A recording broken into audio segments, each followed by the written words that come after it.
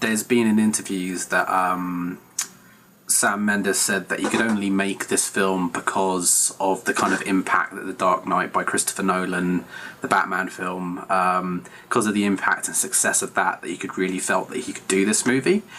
But I would actually go one step further to say that it's almost directly plagiarizes a lot of ideas from that film, personally.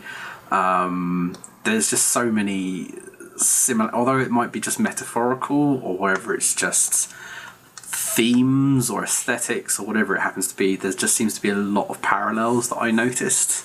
I don't know if you noticed anything, or you think it's bullshit personally, don't you?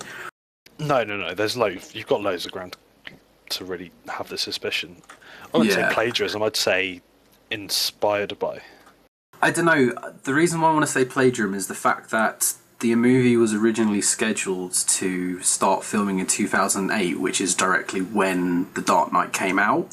So obviously the script would have been written pretty much at the same time that The Dark Knight was out already in the films. But it was only until 2010, because of MGM had lots of financial difficulties, they actually got made.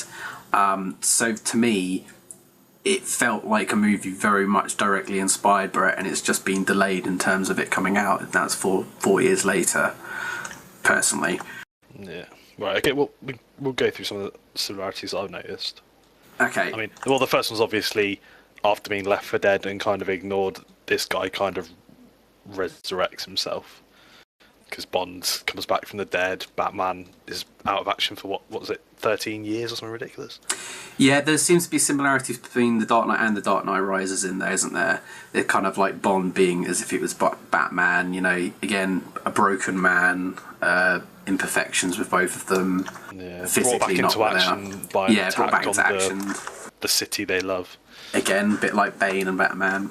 Oh, exactly. The Joker and Silver obviously have a lot of... There's a very obvious one, yeah. Yeah. And I think just... there's one thing, you've probably seen the trailers, there's one shot where Silver's walking away from Skyfall and it's a silhouette and he's wearing a trench coat, and he's got a pistol in hand, and he's hunched over and he's got the long hair, and you go, I'm sorry, but that looks like the fucking Joker of Dark Knight, if you want it to or not. But yeah, I mean, obviously the similarities, he's crazy, he gets himself captured, therefore that's part of his plan to get into their base. And that's very similar to The Dark Knight, where the Joker purposely gets himself captured to make Batman make a decision between Harvey Dent and What's-Her-Face in that movie. That's very similar to that, kind of all planned. But yeah, what else have you got? Well, the crazy intelligence, obviously, as well, and they're not really giving a fuck. The anarchy. The relationship between Bond and Q is similar to what's his name? Lucius Fox and Ben. Yeah, that was one I had, Morgan Freeman. You could almost say they kind of got a similar sort of kind of film relationship. Yeah. Oh, and when I thought this when I first saw it the first time, when they're coming up towards that island. I mean, this isn't The Dark Knight, this is Inception. The island? You know, the island that Silver's yes, Island. The it looks exactly... I was like... It looks like it's the ruins in Inception. Yeah, I was like, why are they they've helicoptered into Inception. Oh no, sorry, they've sailed into Inception. Yeah. Which was that was a similarity. I mean, I can't think of any more. Yeah. Okay, well, here's some of the stuff I've got, okay? The whole thing of, in the plot, part of the reason at the very beginning that James Bond is chasing after that guy is the whole thing of that, that they've got that encrypted data of agents. 3 months ago, you lost the drive containing the identity of every agent embedded in terrorist organizations across the globe. And you have that YouTube sequence whereby they're shooting agents from MI6. And I thought that was very similar to the whole thing in Batman of where the mayor kind of threatening to kind of reveal the corrupted agents within the New York police office. But you also got the thing on during the TV that you got the Joker also kind of like crucifying people on the television. Batman must take off his mask and turn himself in. Oh, and every day he doesn't, people will die. Same thing of like, oh, the MI6 need to come out from the shadows. I thought that was a similarity you've got there. You also have that whole thing, you know, when they're in Skyfall, and like you go, oh, I'm going to show you around some of the house. And she goes, "Oh, what's that?" And he's going, "Oh, it's the priest hole." And he's like, "Oh, when his mum and dad died." Oh, that's another similarity, by the way. Bond an orphan. Batman, in effect, an orphan because his parents get killed in the first film. Yeah, I know, but no, you can't have that. Well, I'm going to put it in there. Bond's been an orphan since Ian Fleming. I know, but it's. I mean, so Batman's been an orphan since they wrote the comics, but still, you Yeah, can't have that but as a similarity. nevertheless, that is a similarity, whether you like it or not, between the two characters. It's just a fact. Both the main characters are men. They are both men. You are both correct. straight men. But he actually is it Albert Finney or what's his name? Kincaid. Kincaid, sorry. Yeah, Albert Finney. Yeah. He actually says when he went, because he says he kind of locks himself away in there for like 2 days when his parents died. He actually says when he went in there, a boy, he went into the shadows and he came out of a man, and it's exactly like the whole thing that they've got in The Dark Knight Rises, saying like, "Oh, you were born in the shadows, but I lived in the shadows." The whole thing with Bane, kind of like, because of the big hole, that prison thing in The Dark Knight Rises, there's a similarity there. This whole thing with shadows and kind of being born from the shadows. Well, the shadows, that I mean, that's quite a loose reference to the whole shadows thing, but the shadows throughout the Skyfall are something used by M to describe the way that MI6 is run, because there's a big argument going on throughout the film that MI6 is outdated. It's 2 years outdated, and it's not, shouldn't be right to have something like that, a secret organisation. Her argument is that, well, no, they basically say there is no longer people in the shadows. It's people. There's no longer people, like actual people who are threats. It's all online stuff. It's no longer a country. It's just a single person. And oh god, I can't even. But remember the what fact that you have that idea of, and particularly seeing it was like a priest hole, which ended up actually being a cave, a physical cave, and then you've got the whole thing of Batman and his Bat cave, and that whole reference. It just felt like a subtle reference to me, even though it's tenuous. It just did. Yeah, I don't know why it just did. Well, there's another reference there that when the whole house burns down, he escapes down that tunnel. Yeah. Albert carrying out Bale, Albert Finney carrying out Judi Dench. Yeah, similar one there. There's also, I felt Albert Finney was also really, if you were to make direct character comparisons, like really Albert Finney is like Alfred, and there was that kind of banter, as it almost were, we were talking about earlier. I felt that was similar as well, the kind of snide comments. Yeah. You've also got the really, really obvious one. I mean, we've already said that kind of Silver kind of looks like the Joker. You have the whole thing that he's dressed up as a policeman, and obviously in The Dark Knight, the Joker dresses up as a New York policeman to assassinate the mayor.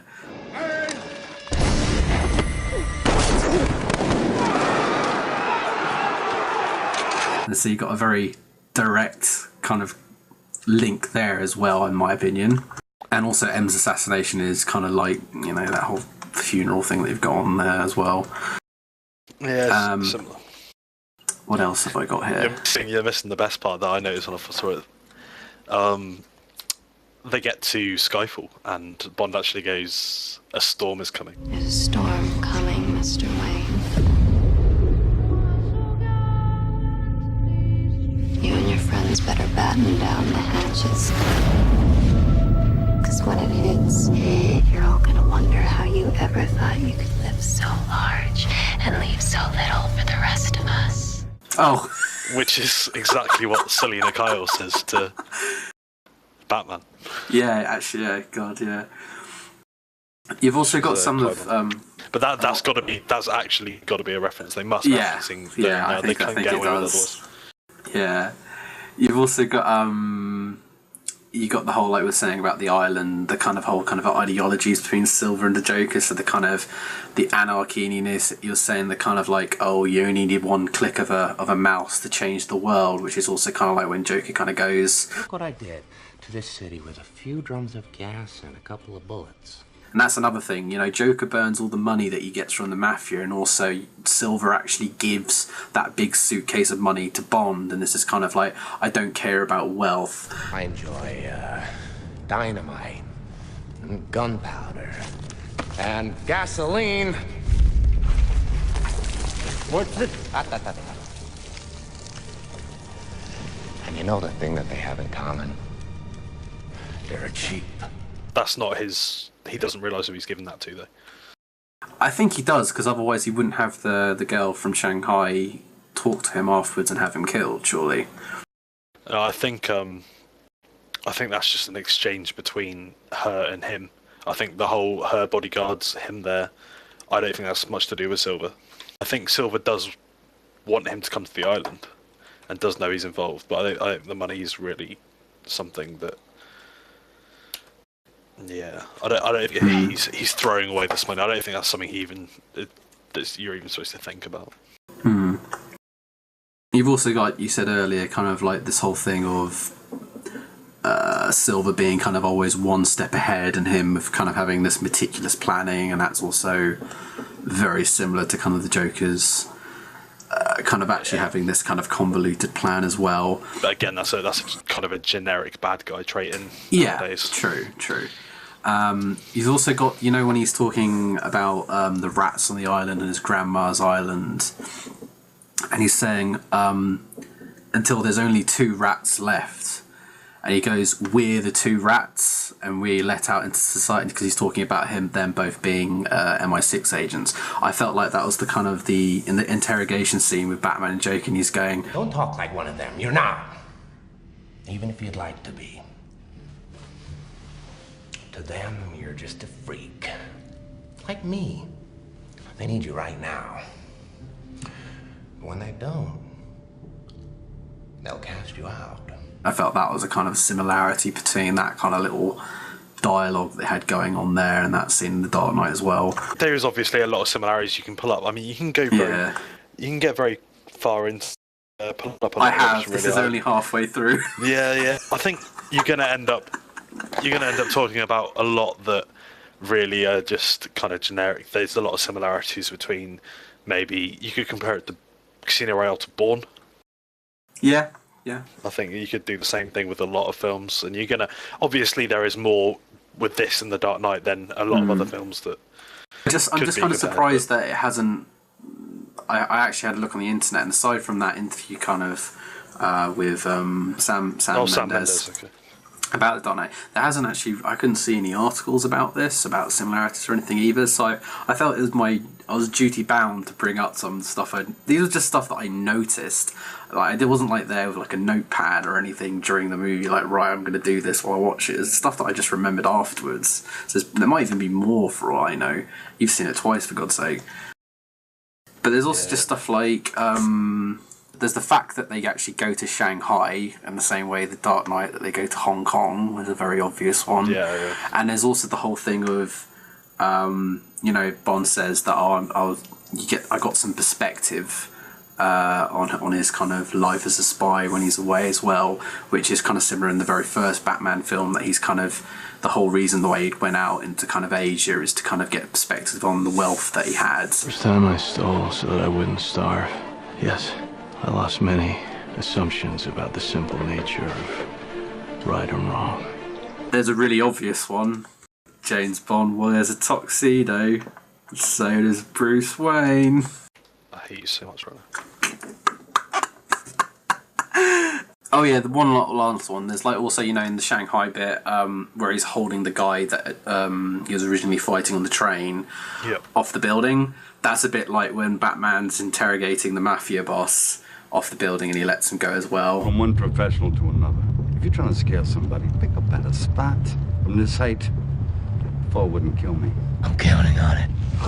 I thought that was a bit of an obvious one.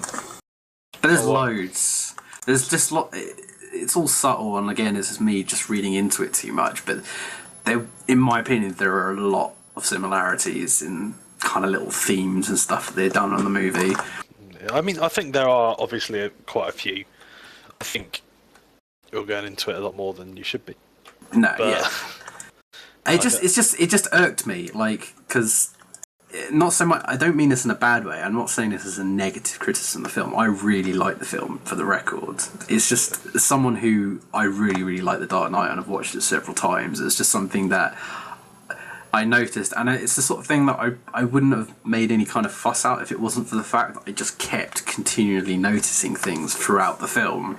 Like, if it had just been the one odd thing, like you're saying, the whole thing of kind of, oh, there's a storm coming, I would have thought nothing of it. It's just making kind of like casual reference, just kind of tongue-in-cheek. Because there seemed to be so many parallels, it's just like, I don't know.